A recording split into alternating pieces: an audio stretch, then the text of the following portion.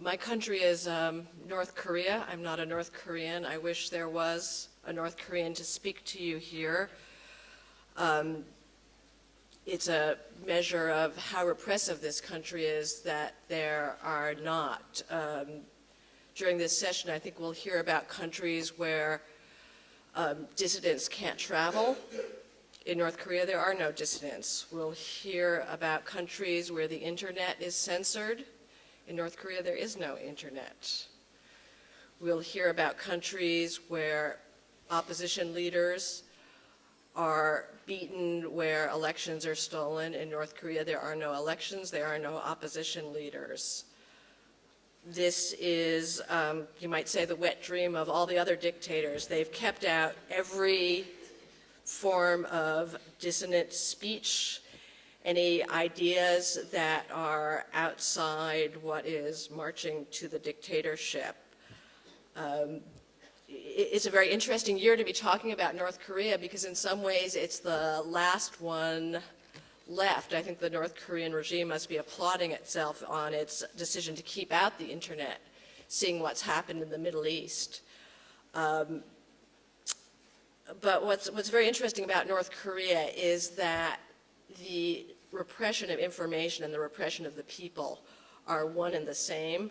North Korea is a country that thrives, prospers on a big lie, and the big lie is that it's a great country. My book in the English title is Nothing to Envy, and I think you can get an idea if you hear the song that it's taken from. This is an anthem that's sung by school children throughout North Korea, sort of like American kids know Happy Birthday. Every child knows this. It's called We Have Nothing to Envy in the World. And if we could get the music, the first video loud, please, you can get a sense of it.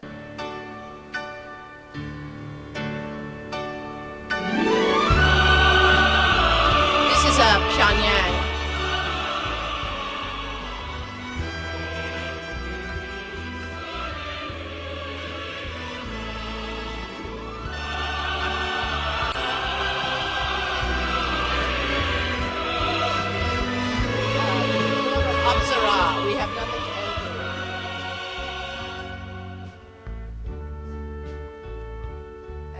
Basically, the sky is blue.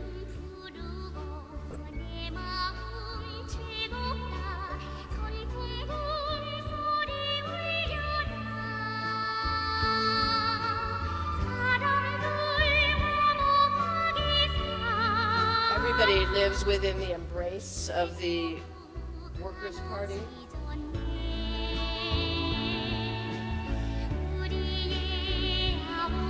Ori Abaji, our father. Anyway, that's enough. I think you get the idea. This is music. This is the MTV of North Korea. This lie, as I said, is what's kept up the regime. They have taught the North Korean people that they have nothing to envy in the world, that they live in the greatest country. And in order to maintain this lie, they have to keep absolutely all outside information out of the country. So you have a system where the radios are fixed to a single station, where the television is fixed to a single station. You can't see any kind of foreign media. The Bible is banned for very interesting reasons because they've ripped off a lot of the language of the New Testament.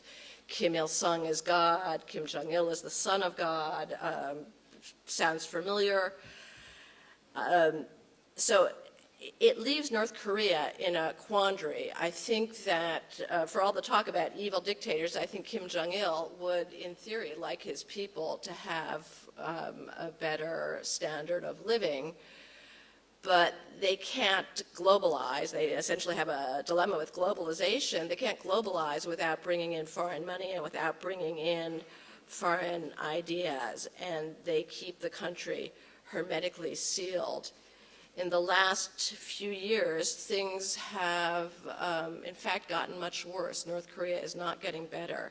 there had been some improvement in the around 2000 to 2004, largely because people were so fed up with being hungry, they began trading with China.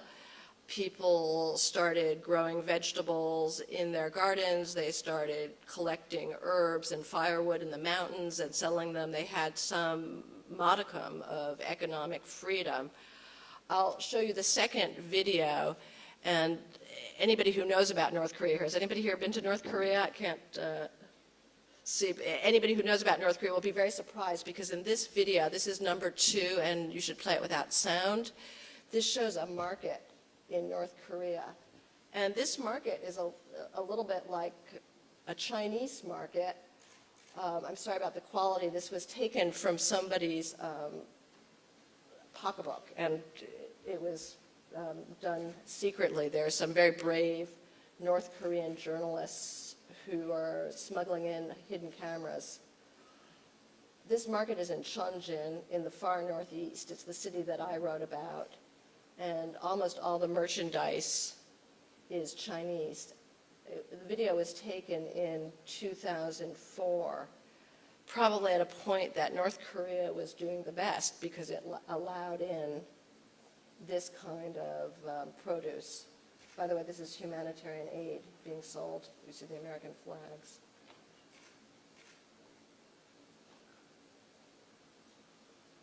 The video is not terribly long.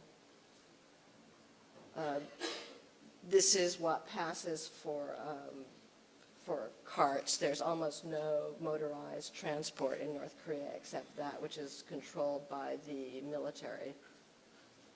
All Chinese produce. Very interesting, in North Korea, the women run the show. This is kind of interesting. Take a look.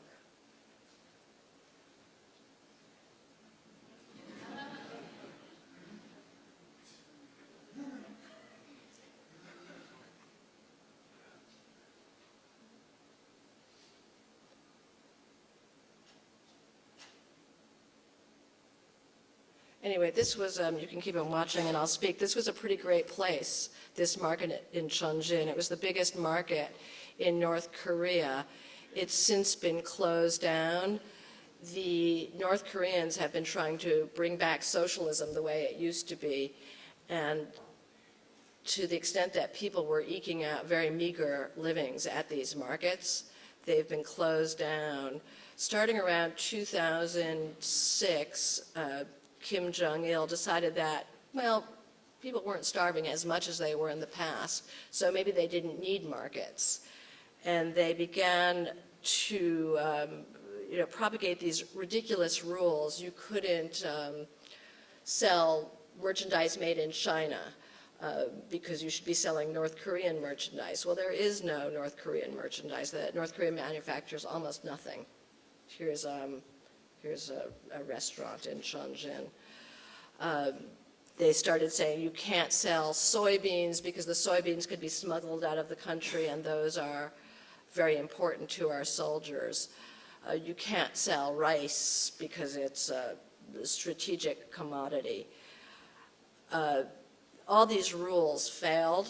People did their own market activity. In late 2009, the North Koreans reformed their currency, essentially confiscated all the currency in the country and issued new, which meant that everybody lost their money. If you were worth more than $30, your money was gone. And the effect was to make people equally poor, except, of course, for the big shots in the party who were smuggling for the army and with official sanctions. They didn't lose their money. And as a result, North Korea right now is probably poorer than any time in the 1990s. You're seeing the same type of famine that killed off 10% of the population in the mid-1990s. And it's quite tragic because they are not getting much humanitarian aid. There's widespread fear is well justified that the food aid is being misappropriated. So, I would say that there really is a tragic situation, and North Korea remains, I believe, the worst country in the world to live in. That's a tragedy. I hope in another Oslo Freedom Forum, an actual North Korean who can see what's happening to their country can talk to you. It's another tragedy that the country's dissidents have such a hard time getting out and speaking up. Anyway, thank you very much.